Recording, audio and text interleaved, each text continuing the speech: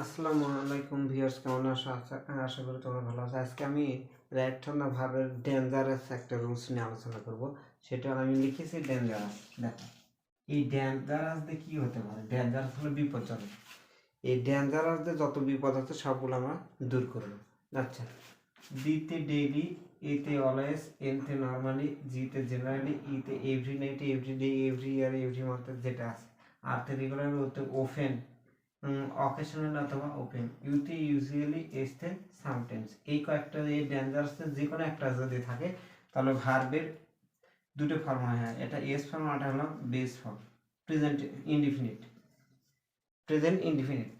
S form হবে যদি third singular number হলে হি, শি, ইট, অথবা সিঙ্গেল ব্যক্তি, সিঙ্গেল পার্সন যদি থাকে, সিঙ্গেল পার্সন থাকলে, অথবা অ্যাবস্ট্রাক্ট নাউন যদি থাকে, তাহলে ভার্বের সাথে এস বা ইএস ফর্ম হবে।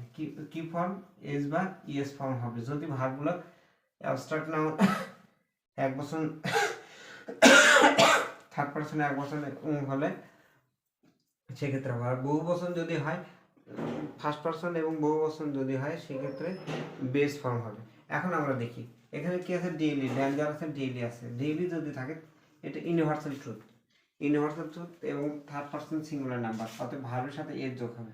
তার মানে রাইস, কোনো ভার্বের শেষে যদি এ থাকে শুধুমাত্র এর যোগ হয়। কি যোগ হয়? এর যোগ হয়।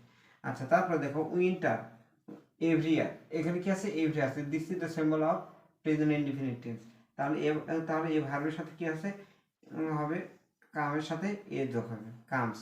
আচ্ছা, তারপর দেখো অ্যান আইডিয়াল স্টুডেন্ট, কি বলা আছে? Single person. An ideal student to school regularly, regularly এর মধ্যে আছে, দেখো তাহলে রেগুলারলি আছে, তাহলে গো থেকে হয়ে যাবে হলো গোস। আচ্ছা, তারপর দেখো সামটাইম আছে, সামটাইম এখানে আছে সবার শেষে। দে, সাবজেক্ট বহু বচন, সাবজেক্ট বহু বচন, এটা প্রোনাউন। তারপরে we, I, you plus noun, নাউনের সাথে এস, ইএস অথবা আই এর যদি থাকে, তাহলে সেই ক্ষেত্রে অবশ্যই ভার্ব বেস ফর্ম হবে। কি ফর্ম? বেস ফর্ম হবে। আচ্ছা, এখন দেখো দি পে, পে এ ভিজিট মানে পরিদর্শন করা, টু হিজ হোম, তার বাড়ি সে পরিদর্শন, মাঝে মাঝে তার বাড়ি সে পরিদর্শন করে, কারণ পেটা পে হয়ে যাবে এখানে। আচ্ছা, এখানে সাবজেক্ট যদি উই হয় তাহলে পে পেই থাকবে, সাবজেক্ট উই হলে, অথবা আই হলে পে থাকবে। কিন্তু যখন সাবজেক্ট হি আসবে তখন পে এর সাথে এস হবে, পে এর সাথে কি হবে? এস হবে। সাবজেক্ট সি আসলে এস আসবে, যদি সীমা আসে এস আসবে, এরকম মনে রাখতে হবে। থার্ড পারসন সিঙ্গুলার নাম্বার এবং অ্যাবস্ট্রাক্ট নাউনের আমি একটা উদাহরণ দিচ্ছি, দেখো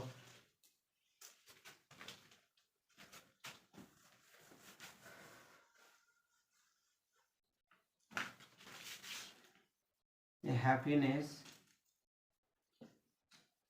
হ্যাপিনেস রিফার টু দি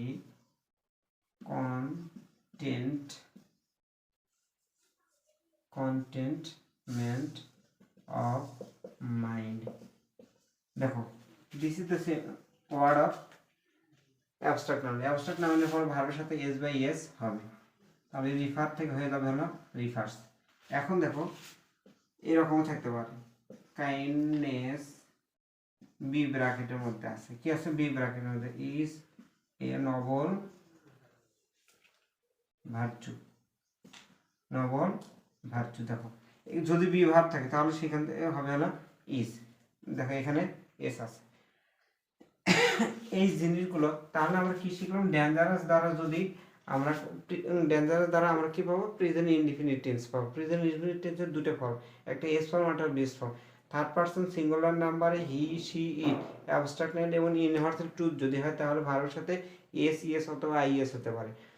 আর যদি first person first person second person, এক বচন বহু বচন যেটাই হোক, এবং থার্ড পারসন বহু বচন যদি হয় তাহলে ওই ভার্বের বেস ফর্মে, তার মানে ভার্বের সাথে কোনো কিছুই যোগ হবে না।